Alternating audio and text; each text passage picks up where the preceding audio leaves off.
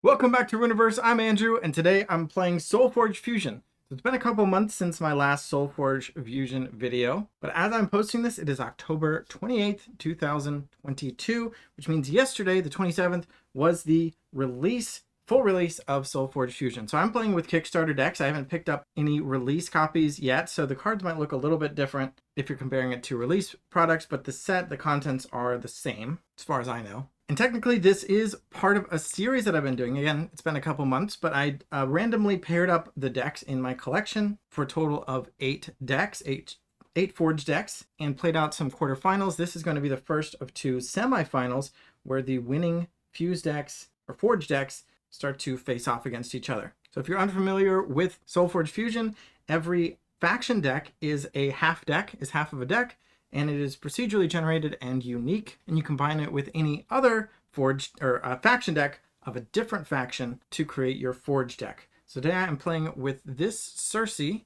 and she has these abilities. If you want to take a minute and look over them, you can pause it. And then here's the deck list, so you'll see a link to that in the description. And you choose one of your Forgeborn cards to use. So I'm going to be using this Cersei, but the other half of the deck is going to be from this Korok, whom I've chosen not to use. So I won't be using those abilities, but I will be using these cards. So again, link in the description. And they're facing off against this Nova, and she's got these abilities here: Nova's Dominion, Nova's Might, and Nova's Touch.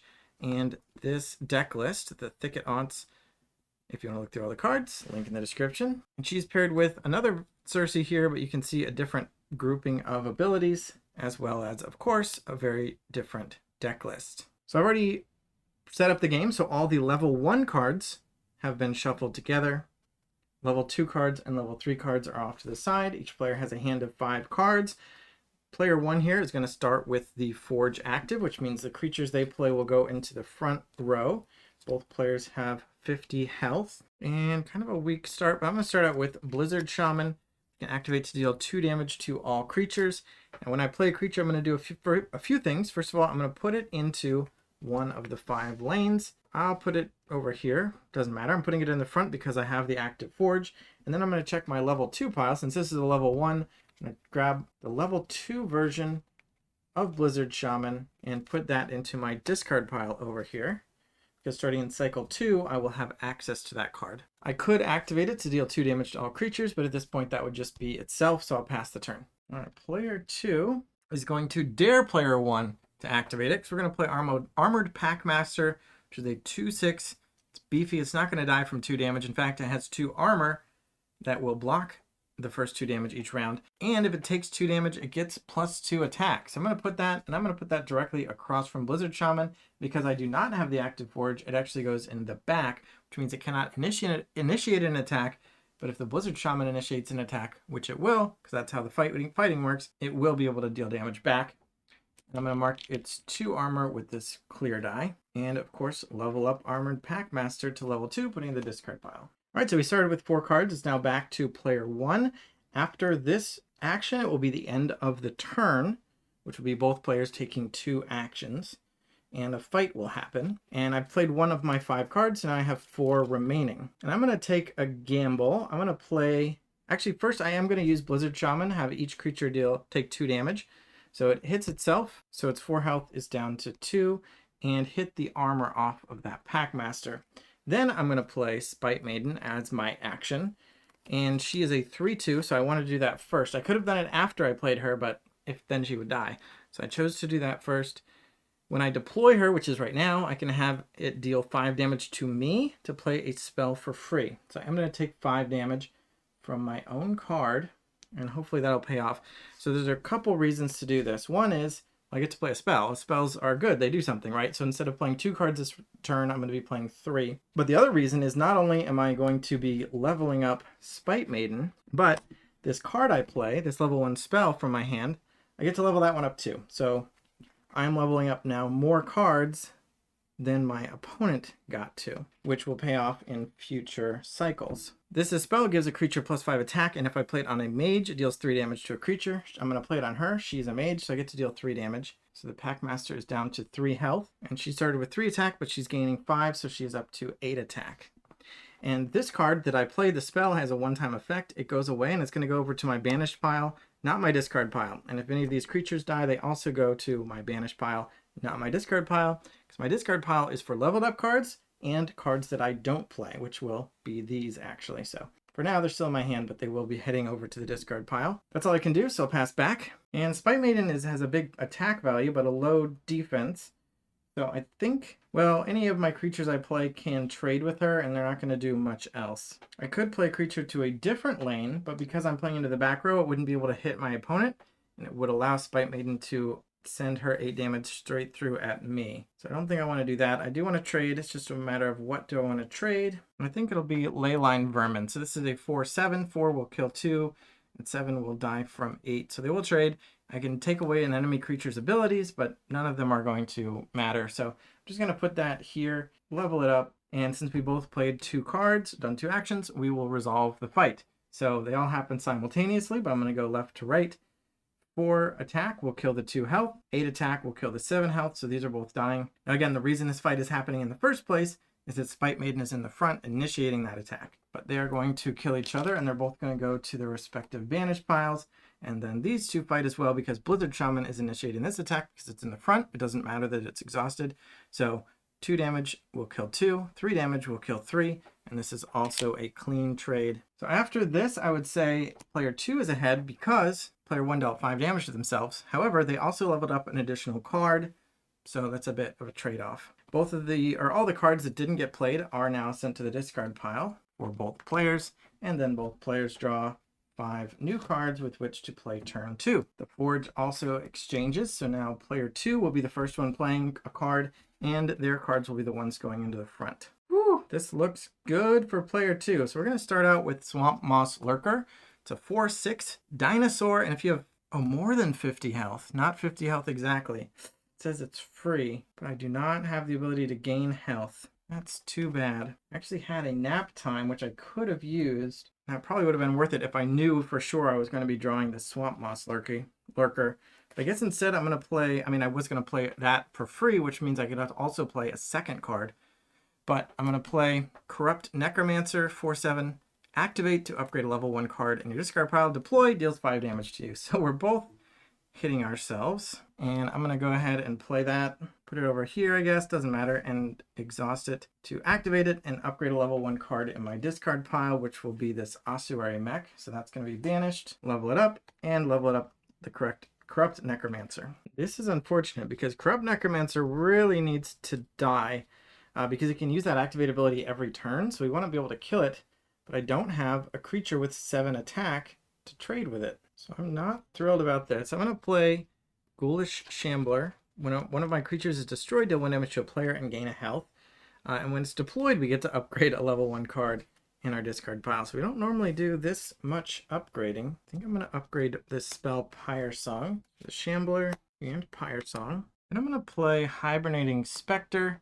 So 3/6. So if they can't kill a 7, maybe they can't kill a 6. And stealth means that if they play something in the back row, it actually can ignore it and just hit the opponent's health directly rather than fighting with the other creature. So I'll put it over here. Sometimes it matters where they are, sometimes it doesn't. Mostly it just matters, is there a creature opposing it? There are some abilities though that care. Level up the Spectre.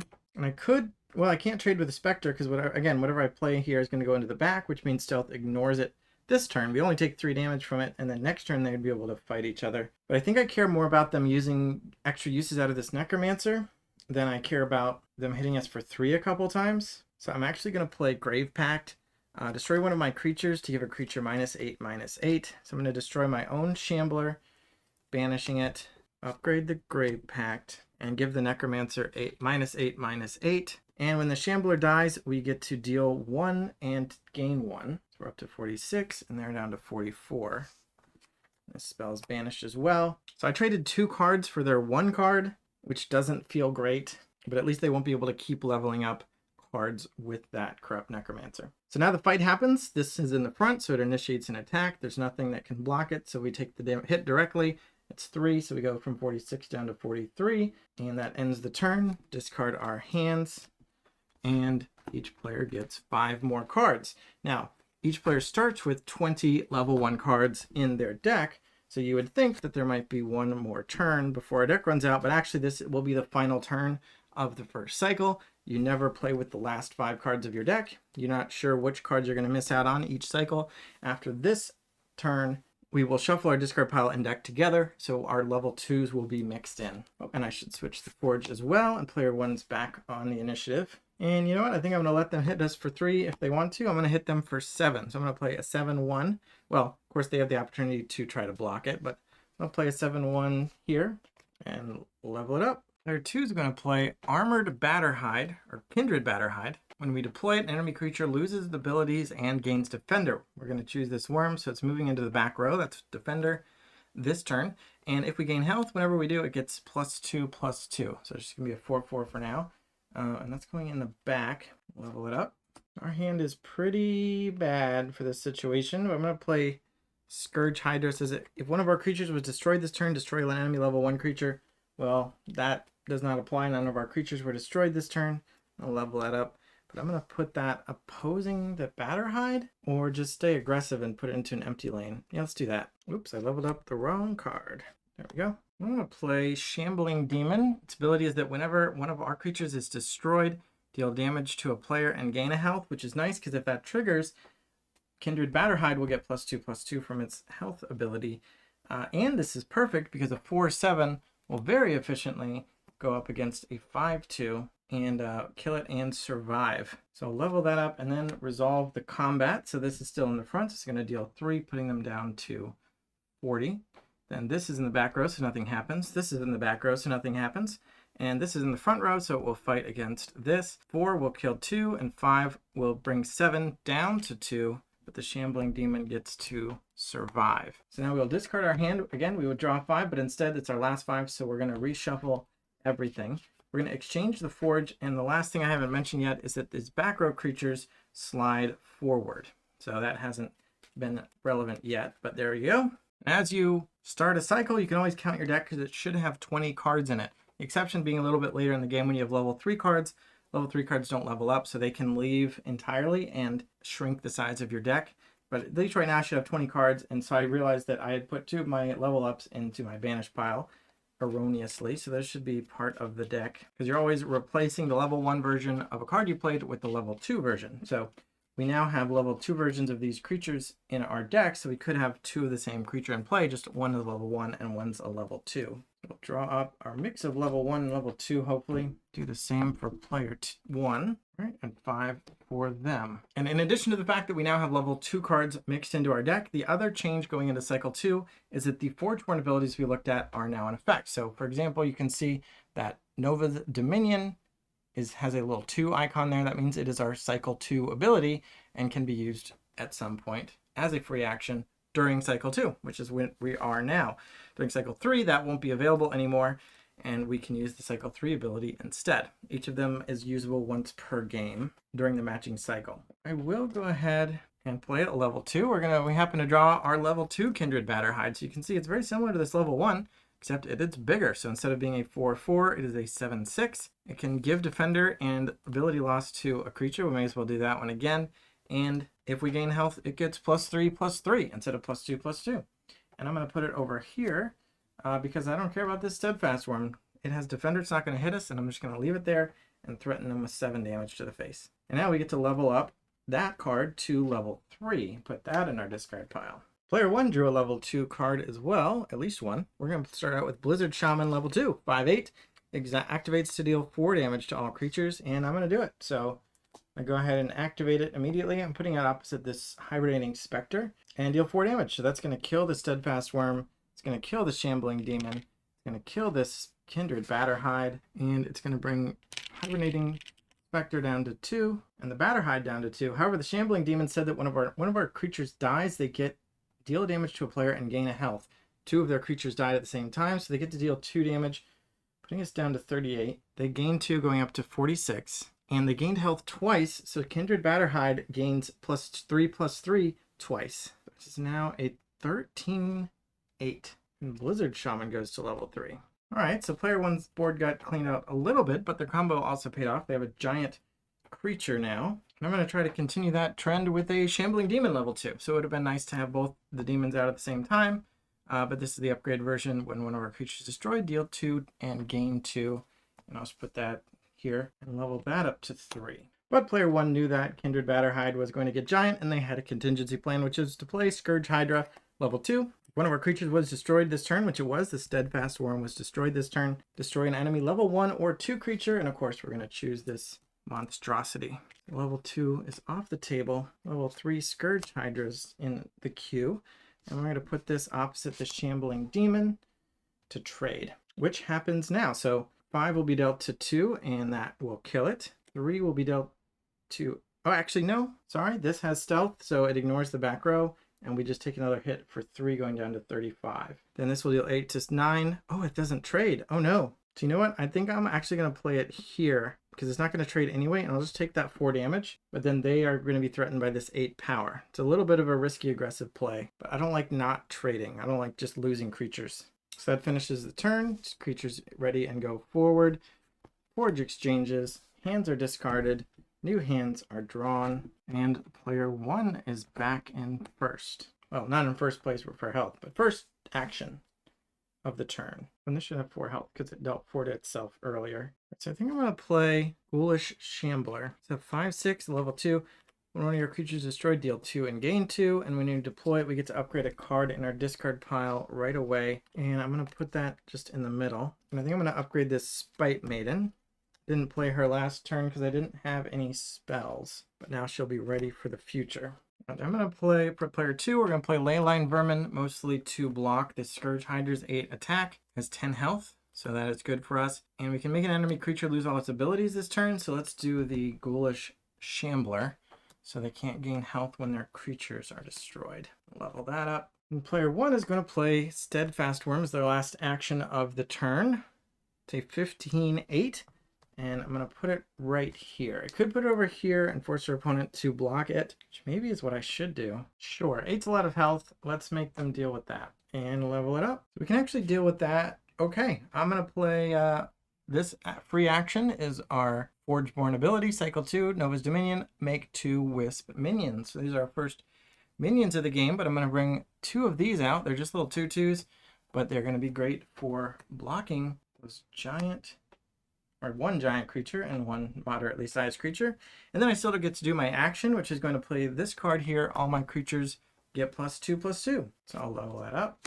We get a 4/4, 5/4, 4/4, a 6/11, a 9/12. And the advantage of being the inactive Forge player is that your action is the final action before combat. So now we resolve it. 4 will bring 8 down to 4. And 15, of course, will kill this Wisp, but it blocked for our health. 5 will kill 4, 5 will kill 4, so these are both gone. And Ghoulish Shambler would trigger, but it's been nullified by the Leyline Vermin this turn.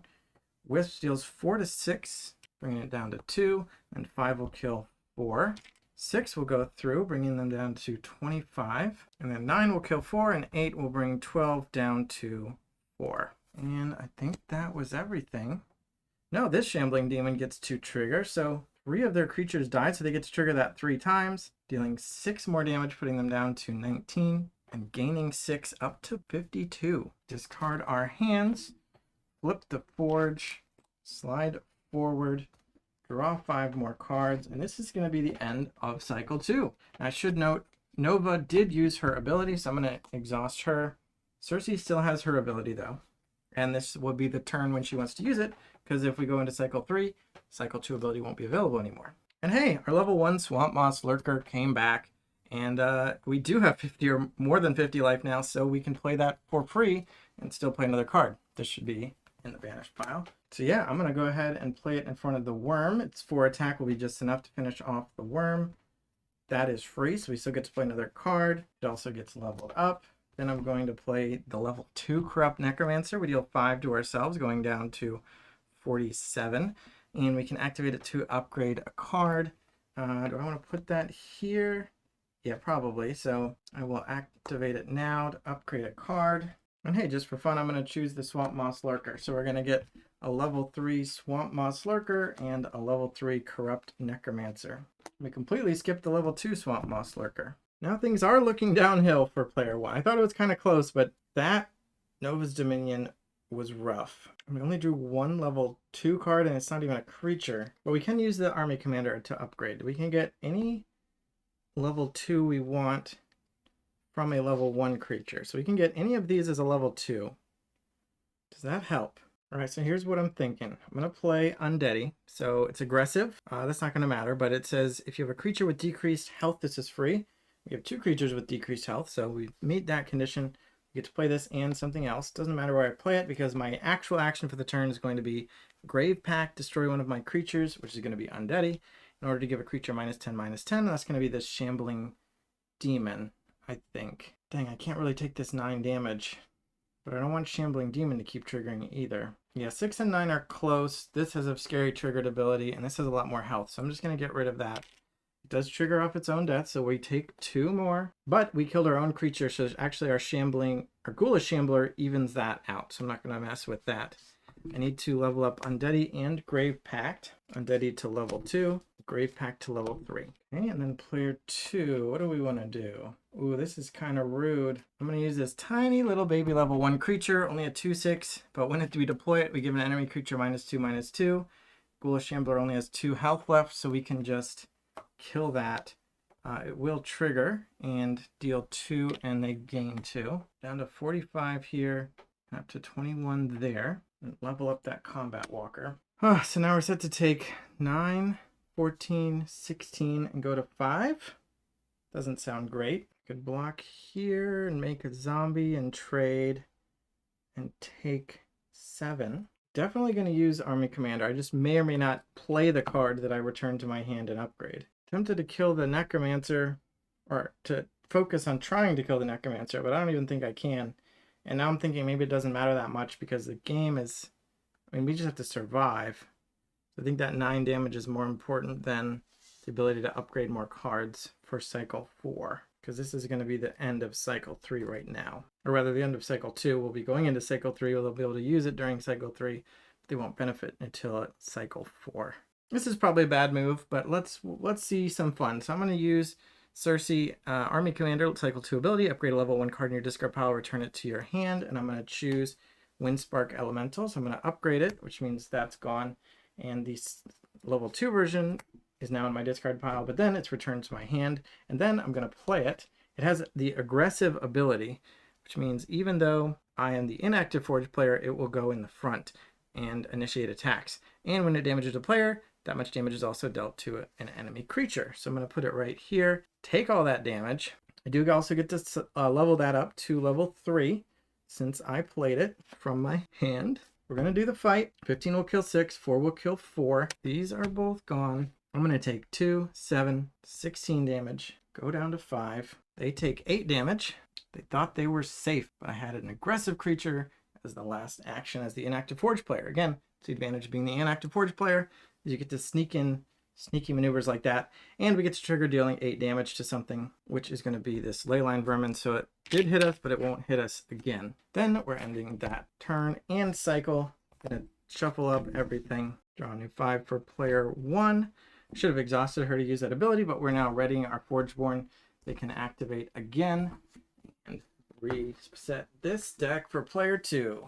Looks like I really have a bad habit of putting level ups into player 2's banish pile. But yeah, again, you can just count, make sure your deck has 20 cards. If it doesn't, you can figure out what you missed. If you do legitimately have level 3 cards in your vanish pile, then your deck should be smaller.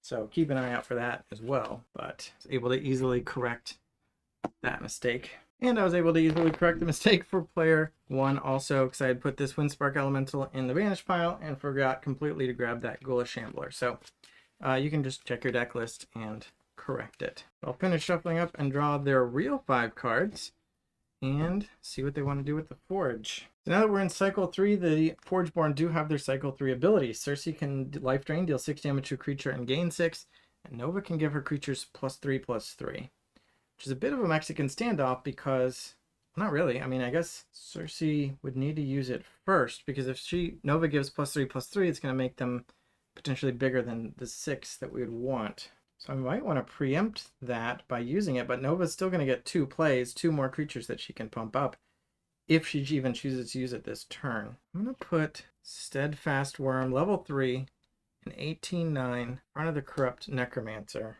It's tough being the one with the low health and being on the play here. And we played level 3, which means we don't level it up. So again, now if this gets banished, our deck will just be smaller. We just don't have any more steadfast worms. So I guess on this side, we just want to play more creatures. Ideally, we want to play things that can't be killed by a life drain for 6. So I'm going to play this level 2 Armored Packmaster. It has 4 armor in addition to its 6 health. And if any of our warriors takes damage, it gets +5 attack. This is our only warrior currently. Put that... this doesn't seem like a great spot because 4 is not big enough to kill 5. Although technically with its 4 armor, it is big enough to survive 8. So this is like a 2-turn trade. So yeah, I think I will block that there. And if I Nova's Might, it'll just swallow it. Level that up. So player 2 decided not to Nova's Might yet. Do we life drain yet? I think I'm going to play Blizzard Shaman just because it's my biggest thing. And, but not use it because I would kill my own Windspark Elemental. This wouldn't die and this wouldn't die. I can chain it along with a life drain to kill one of those, or I could just kill Combat Walker just to prevent it from getting +3/+3. But if I target the Armored Packmaster, I'm leaving Corrupt Necromancer around. And I realize that this isn't too exciting because it upgrades a card in your discard pile, and right now they have nothing but fully upgraded cards in their discard pile, at least right now. They could on their next turn play something that's level 1 or 2, or play something level 1 and then upgrade the level 2 that they just put into their discard pile, but not too worried about that. I would love keeping this alive, but I don't think that's a possibility. It's either it's going to die to my own Blizzard Shaman, or, I mean, it could technically survive this fight, but it's more likely that they use Nova's Might on their last turn, or on their last action of this turn, and they're going to kill this anyway. So, you know what? I'm going to use the Blizzard Shaman. So I'm going to use that. Windspark Elemental's dead. Combat Walker's dead. Necromancer's down to 4. Armored Packmaster breaks its armor and goes down to 4. Steadfast Worm is down to 3 health. And Blizzard Shaman's down to 6 health. And then I am going to use Life Drain to finish off the Necromancer. And I gain 6 health up to 11. And that also means my Steadfast Worm is threatening 18 damage again. And that's 2 fewer creatures to pump up with Nova's Might. And my hand is not very good over here on player 2's side. But conveniently, I can trade with the Steadfast Worm because its health just dropped down to 3. So I'm going to play the smallest of creatures, the Steadfast Skeleton, a 3/1, level 1, and level it up. And if I did have Necromancer still around, this would be a nice thing to level up again because this 3/1 jumps up to a 12/9 and then a 21/19 at level 3. But as it is, I think we're just going to resolve this. We're going to take 8 and deal 4. Go to 29.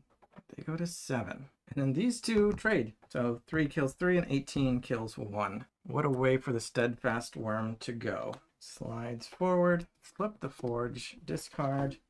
Draw. Discard. And draw. Let's see. It gets 4 armor back for the new turn. This Blizzard Shaman is ready. I'm going to play a Kindred Batterhides, 12/10, level 3, deploy, give this Blizzard Shaman Defender, and it loses abilities this turn. When we gain health, this gets +5/+5, and yeah, we're coming in hot with that guy. I can take 4, but I can't take 12. I don't have good plays. If I could use Blizzard Shaman, that'd be nice, although he'd kill himself. I think I just have to play this, 4/5. If it kills a creature, we get a minion, but I can't. I just have to block this Batterhide. It's come to chump blocking. And they're going to have to do a lot of that because I'm going to play Swamp Moss Lurker level 3. It's not free, but the level 3 version gets attack equal to our health, which is 29. So we have a 29 power attacker coming in, which I think is the highest power I've had on a creature. And I'm going to use Nova's Might to give everything +3/+3. So the Lurker doesn't really need it, but the Armored Packmaster going up to 7 is going to be key.